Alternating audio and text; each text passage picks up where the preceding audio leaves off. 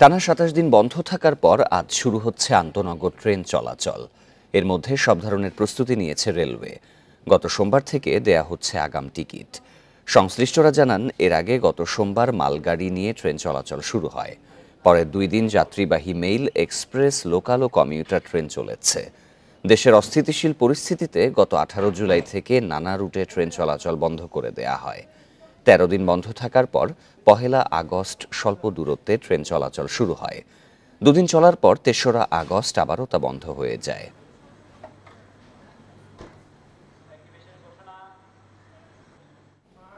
প্রিয় নম্বর সেট করে বিকাশে সেন্ড মানি করুন ফ্রি। আন্তনগর ট্রেন চলাচল নিয়ে আরও জানাতে রাজধানীর কমলাপুর রেলওয়ে স্টেশন থেকে যোগ দিচ্ছেন সহকর্মী খালেদ রায়হান। রায়হান, ট্রেন চলাচলের আগে কর্তৃপক্ষের প্রস্তুতি কেমন দেখা গেছে?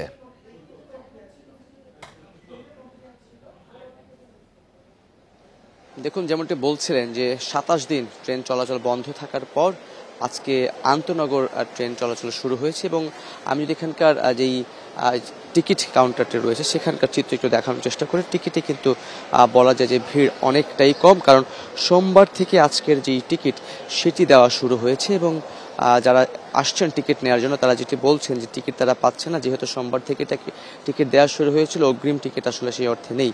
প্রথম যেই আন্তনগর ট্রেনটি ছেড়ে যাবে মোহনগঞ্জ এক্সপ্রেস, সেটি বেলা ১:১টায় ছেড়ে যাওয়ার কথা, যদিও সেটি এখন যেখানে আছে সেখান থেকে এখনও এই যে প্ল্যাটফর্ম সেখানে এসে পৌঁছায়নি, যার ফলে সেটি সময় মতো ছেড়ে যাবে কি না সেটি নিয়েও একটি প্রশ্ন থেকে গেছে। এবং রেলওয়ে কর্তৃপক্ষ তারা যেটি বলছেন যে তারা প্রস্তুতি মোটামুটি নিয়েছেন, কারণ গত ১৯ জুলাই থেকে বেশ কয়েকদিন টানা তাদের রেলওয়ের বেশ কিছু ক্ষতিগ্রস্ত হয়েছে। তাদের ৬টি কোচের জানালা, ১৩টি কোচের জানালা থেকে শুরু করে দরজা, বেশ কিছু এক্সপ্রেসের কিন্তু ক্ষতি হয়েছে। তারপরেই যে সহিংসতা ছিল তার কারণে রেল চলাচল বন্ধ করে দেওয়া হয়েছে। সেগুলো মেরামত থেকে শুরু করে বাকি যেই সকল কার্যক্রম রয়েছে সেগুলো শেষ করেই মূলত গত ১২ তারিখ থেকে মালবাহী ট্রেন চলাচল শুরু করার সিদ্ধান্ত নেয়। তারপর ১৩ তারিখ থেকে লোকাল যেই ট্রেন রয়েছে, কমিউটার ট্রেন, সেগুলো চলাচলের সিদ্ধান্ত নেওয়ার কথা বলা হয় এবং আজকে থেকে আন্তনগর শুরু হওয়ার কথা ছিল। সেটিও বলা যায় যে অনেকটাই যে স্বল্প পরিসরেই শুরু হয়েছে, কারণ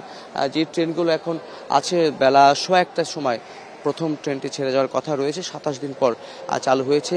এই জায়গায় যেহেতু ১:১টার সময় ট্রেন চলাচল শুরু হওয়ার কথা রয়েছে, যার ফলে সকাল থেকে আমরা তেমন কোনো ভিড় সেই অর্থে দেখতে পাচ্ছি না। হয়তো ১টা বা ১:১টার পর থেকে হয়তো কিছুটা ভিড় থাকতে পারে। তবে সংশ্লিষ্ট কর্তৃপক্ষ, স্টেশন ম্যানেজার, তার সঙ্গে এখনও কথা বলা সম্ভব হয়নি। তার সঙ্গে কথা বললে পরবর্তী কী কী পদক্ষেপ নেওয়া হবে, পুরোপুরি দমে কখন থেকে চালু হবে, সেই সিদ্ধান্তগুলো হয়তো জানা যাবে। আন্তনগর ট্রেন চলাচলের বিষয়ে জানাচ্ছিলেন সহকর্মী খালেদ রায়হান।